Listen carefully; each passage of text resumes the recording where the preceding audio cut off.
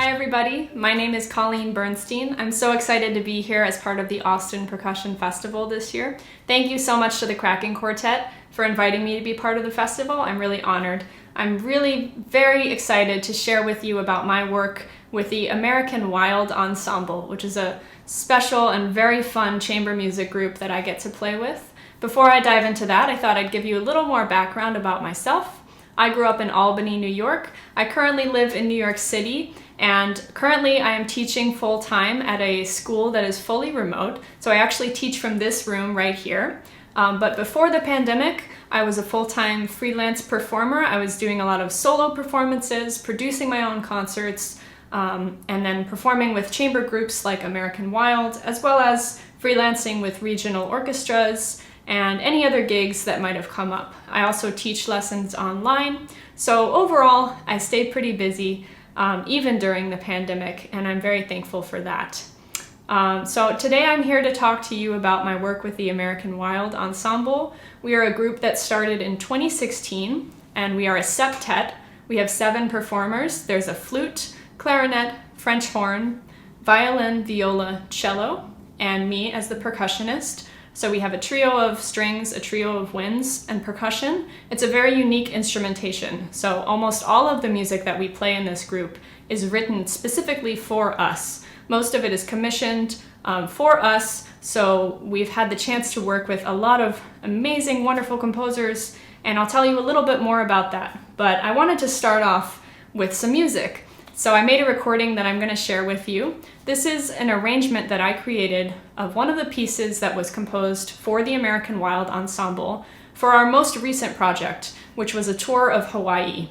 This piece is called MΑ'LAMA I KE KAI, and I absolutely love it. It was written by Michael-Thomas Foumai, who's a composer who was born in Hawaii, currently lives in Hawaii, and is absolutely a wonderful person. I was so thrilled to get to work with him, and you'll hear his excited and vibrant spirit in this music. So the piece is called MΑ'LAMA I KE KAI, which in Hawaiian translates to care for and protect the oceans. This piece was written to celebrate the marine ecosystem that exists within Hawaii and to call attention to the effects that humans have on the marine ecosystem on things like the coral reef. So the beginning of the piece, which is the part that you're going to hear, is very joyful music. It's lots of fun, and it's meant to represent all of the great diversity of species that live in the ocean and that make the Hawaiian coral reefs and the ocean such a special place.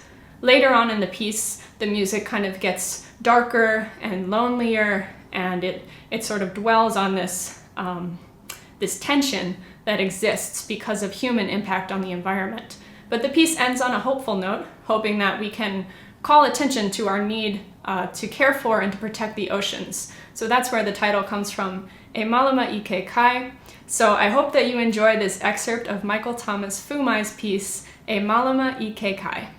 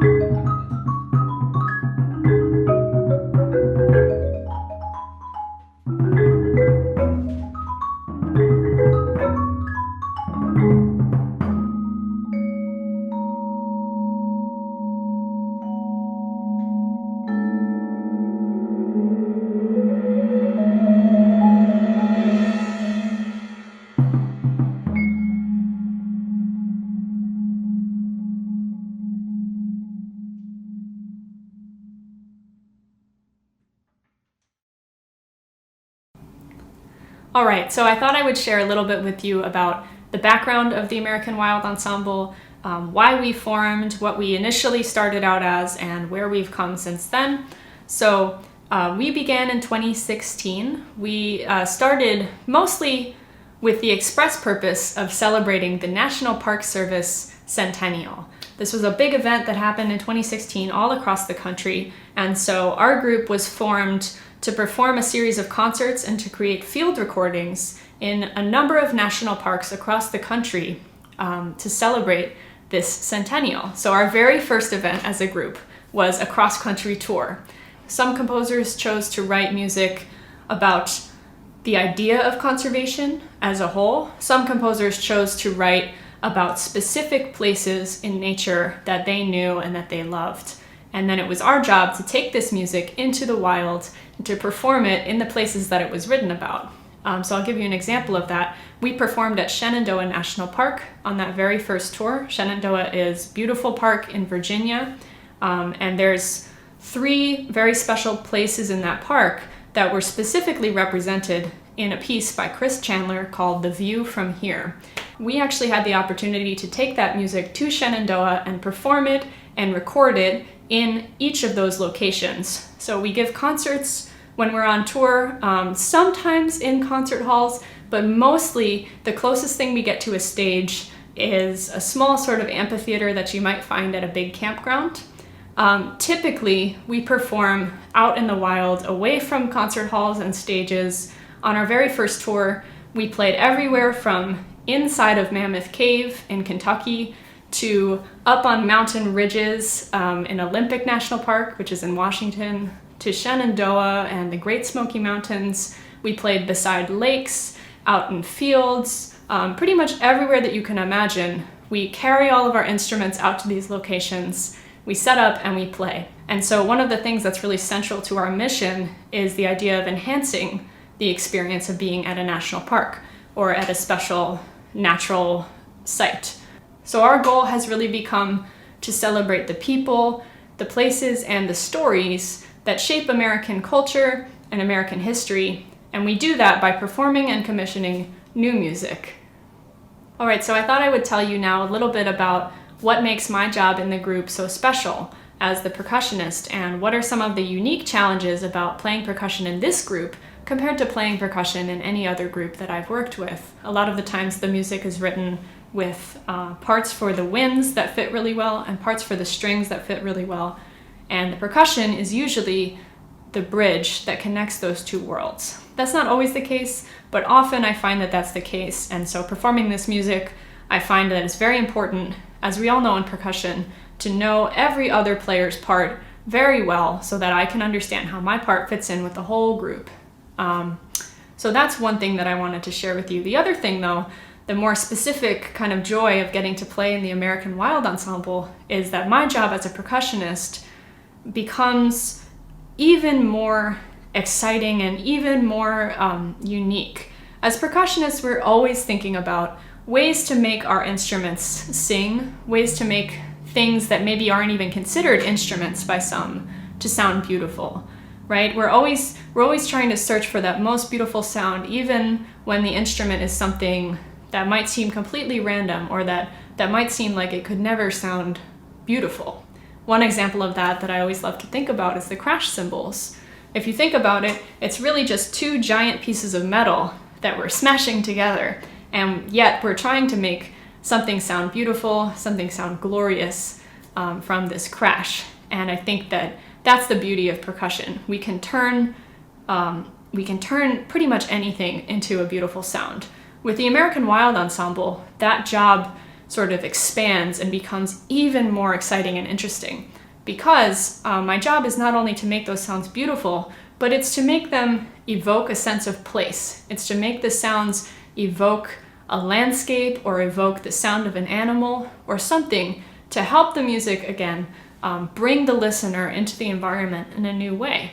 And so I find a lot of the time with the parts that I'm playing in the American Wild Ensemble that the percussion writing is specifically trying to evoke some kind of natural sound.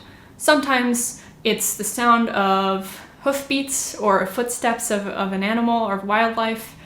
Sometimes it's kind of the rattle of leaves or the rattle of seeds on the ground or something from a maraca. Sometimes it's even a little more abstract. There are some pieces, including Michael's piece that I played at the beginning, where there's these beautiful triangle notes that I get to play. And when I play them, especially when we perform concerts outside, I have a real sense that the triangle is meant to give people a sense of this shimmering light, maybe like sunshine, that sort of colors over the whole group and gives that sound. So we know as percussionists, our job is to give color to the ensemble a lot of the time.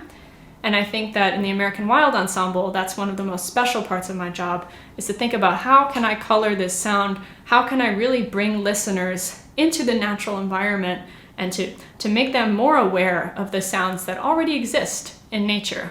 One of my favorite things about playing concerts outdoors with American Wild is that I can often interact myself with nature. We have one piece in particular where I get to play a very peculiar kind of instrument that was sort of thought up or sort of invented by Tonya Ko. Tonya is one of the composers who's written for us at the American Wild Ensemble, and she thought of this instrument that basically is like a long metal tube, and you play it with a threaded metal rod, so you can scrape it against the tube and you can sort of almost bow it like a cello, even though there's no strings. When you bow it like a cello, it makes like a kind of whooshing sound that reminds me of the wind, and it sounds kind of like it has that kind of effect. And so you can change the speed, you can change where on the instrument, how high or low, and it will actually change the sound of the metal tube. It's a really amazing kind of sound. And when I perform this piece outside, the piece ends with sort of a long metal tube solo. And so my job is to make audience members believe that not only is this metal tube a real instrument, which is sort of what we do in percussion all the time, but to make them believe that the sound that it's creating is a natural sound, that it fits into the environment. So as we play this piece, I try to listen to the trees and I try to listen to see if there's any wind.